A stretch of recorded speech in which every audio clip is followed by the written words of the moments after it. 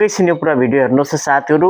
रवि लामिछानेले संसदमा हुँदा आफ्नो पालो आउँदा संसदमा यसरी थर्काउँथे, यसरी बोल्थे साथीहरू। सुन्नुहोस् एकैछिन यो पुरा भिडियो। देशको सिमाना अखण्ड भारत भनेर हालेको विषयमा बोल्नुहुन्छ। यस्तो संवेदनशील विषयमा 1 मिनेटमा टुङ्ग्याउनुस् भनेर के यो सदनमा मजाक चलेको छ?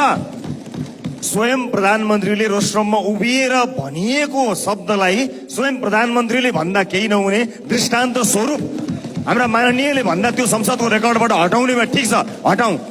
यो हटाउने हो भने स्वयं प्रधानमन्त्री आफैले भनिसकेपछि भनिएको हुनाले प्रधानमन्त्रीले भनेको त्यो शब्द पनि हटाउँ, हामीलाई केही आपत्ति छैन।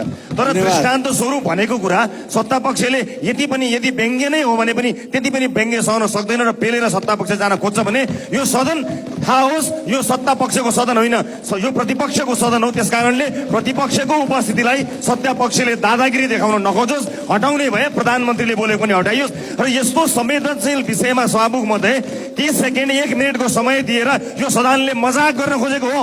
राष्ट्रिय हितका विषयमा कुराकानी भइरहेको छ, प्रधानमन्त्रीको भ्रमणका बारेमा कुराकानी भइरहेको छ। परराष्ट्र मन्त्री त्यो फेसबुकमा आएको कुरा हामीलाई थाहा छैन भनेर देशको सिमाना अखण्ड भारत भनेर हालेको विषयमा बोल्नुहुन्छ।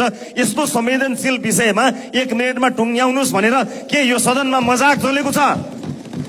र हामीले यति संवेदनशील विषयहरू उठाइरहेका छौँ। यो सदनमा ल्याइदिएको भए आज गएर त्यहाँ अड्किँदैन थियो। कयौं मान्छेहरू पीडित भए। ती पीडित भएका मान्छेहरूको आवाज उठाउने चाहिँ पीडक नागरिकता दिन नचाहने यही विषय हामीले यही सदनमा आएर कुरा गर्न पाएको भए आज सदन त्यो गएर न्यायालयमा अड्किने थिएन। त्यसको जवाब मागिरहेका थियौँ।